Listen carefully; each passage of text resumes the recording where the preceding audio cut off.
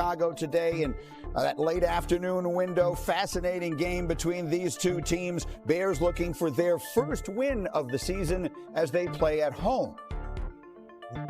Cowboys put up 40 points last week, and they needed every last one of them. Our research producer, Evan Kaplan, is here to break down some surprising numbers, I think, to a lot of people on just how good Dak Prescott has been. Absolutely, Grady. And Dak's back from that hamstring injury that caused him to miss the final 9 games last season. And let's start big picture in terms of where Dak is amongst the best quarterbacks in the league. We're talking about touchdown passes per game. Over the last 5 seasons, Dak Prescott just under 2 touchdown passes per game. That is second in the entire NFL, behind only Joe Burrow. He's ahead of Patrick Mahomes. He's ahead of Josh Allen. This is the company that Dak Prescott is keeping. The last 2 seasons, he played at least 16 games, 37 touchdowns in 2021, 36 in 2023. When Dak's on the field, he's finding the end zone. And let's talk about just this season, the first 2 weeks. Dak Prescott, most completions in the NFL, but this is what I want to focus on. Tight window throws. NFL Next Gen defines that as less than 1 yard of separation at the throw outcome. Dak had 9 of those completions in the first 2 weeks, most in the league, but this is a number that I find interesting. 24% of Dak Prescott's attempts have been thrown into those tight windows. The league average 16% in weeks 1 and 2. Now he faces a Bears defense, Greeny. He's allowed the most touchdown passes in the NFL. He's really ripping it through these first 2 Right, so maybe that would suggest he'll have a really big day today. People forget, I think, sometimes that when Dak is healthy, he's about as good as anybody. He was backup, or runner-up, I should say, for the MVP a couple of years ago. So let's bring it over to the guys at the film wall. And so, Alex, those are the numbers on Dak Prescott. They are very impressive. Show us the pictures. Well, yeah, Dak has been awesome when he's been healthy. But I think this year is even another level. This is the freest and most confident I've seen in Dak Prescott. And I think a lot of this comes back to his head coach and play caller, Brian Schottenheimer. Brian Schottenheimer, extremely aggressive and confident in his offense, and a lot of it shown up in his quarterback's play. Take a look here to some of the sound of his head coach. Javante, a touchdown! Yeah! Miles Sanders, a touchdown! Yeah! Woo! Pick and Dak, a touchdown! Yeah! Wait for it. Interception. Donald had a touchdown! Yeah! We ain't done. Greedy, you get a touchdown. Yeah. Teddy, you get a touchdown. Yeah. Hey, let's get to the film. 4th quarter. Dallas is down. This is a huge play. 3rd down in the game. CeeDee Lamb, his best receiver, is getting doubled. Dak Prescott does not care. Wall of humanity in front of him as well. Obscured vision. He does not care. He is ripping this football. Look at this. In the double coverage. I mean, look at this seed he throws here. This is unbelievable. I mean, look at the shot of this. Underneath defender, just over. We got a defender on the backside. Doesn't matter. What's the saying, Teddy? No defense for a perfect throw. That is it right there. And then again, 2 minutes left in overtime. The situation doesn't get any bigger right here. And then watch what happens. I mean, the center and running back take the same linebacker, and Houston, we got problems. This is the A-gap. Look at this. They got him. And the ball is coming, Teddy. Look at him running down. Dak Prescott does not flinch, stands in there, and look at this absolute rope. I mean, a 35-yard ball across the field. This is essentially the game winner. I mean, when you got a guy named Brandon Aubrey, that wins the ball game right there. And listen, these are unbelievable. Virtually every quarterback gets spooked in that situation right there.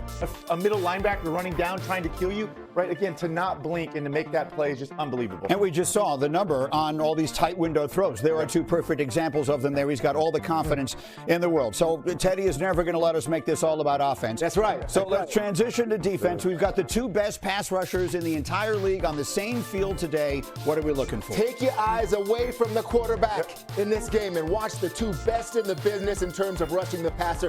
Whatever they say on the basketball court, they're so talented. They can bring it here. Myles Garrett a couple years ago in week 1 with the little crossover step to get a pressure on the quarterback, and Burrow goes down. You see it, but he's taking it further this year. Come over here to the right side of the screen, because that is an outside, inside, outside, inside, outside, and then pushes him back. And let me rewind this for you, because slowly but surely, outside step, faking the speed, inside step with the inside, and then back outside. Look at the offensive tackle. He doesn't know what's happening. He's turning his head. He's backpedaling. And Myles Garrett does some type of Luka Doncic Euro step, and it's not even a travel. So let's go ahead and Euro over here to Micah. Come on.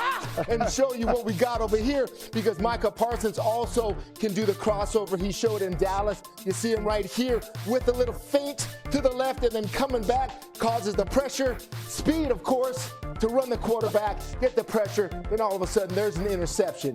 But he has taken this game also to Green Bay, and it's absolutely incredible the speed that he has. You see, I can't even do this. I'm running out of breath. You don't see it right here, but boom, quick little step, then inside. Micah gets a pressure here, beats the offensive tackle, comes inside, gets a piece of the quarterback. You see what these guys are doing?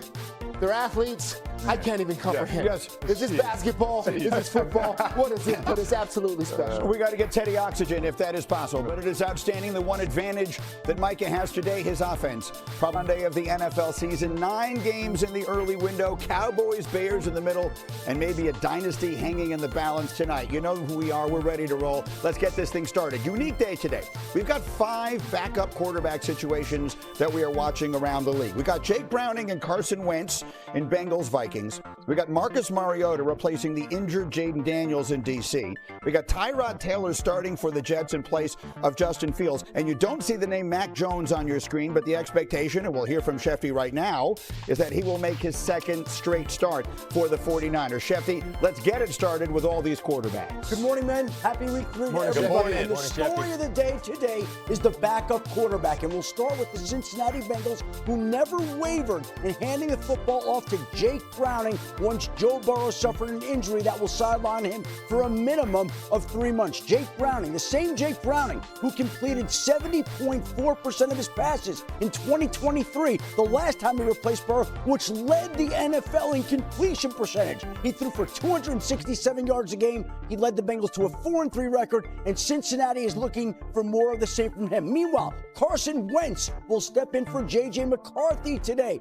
He will set an NFL record by doing so. This will be the 5th different team in 5 straight years that he started for, culminating in today's start against Jake Browning and the Bengals. And the Vikings believe that Carson Wentz will be able to spread the football around and make a real mark. Meanwhile, the Commanders quarterback Marcus Mariota will play against his former college head coach, Chip Kelly, who he last played for at Oregon. Kelly went on to become the Eagles head coach, tried to trade up and draft Mariota, never got the chance to get him, but now as the Raiders offensive coordinator, Kelly will have a first-hand view to see Mariota replace Jaden Daniels today. And of course, the question will be whether Daniels can make it back by next week, and the Redskins or the Commanders are hoping that they can. Meanwhile, the 49ers are starting Mac Jones today.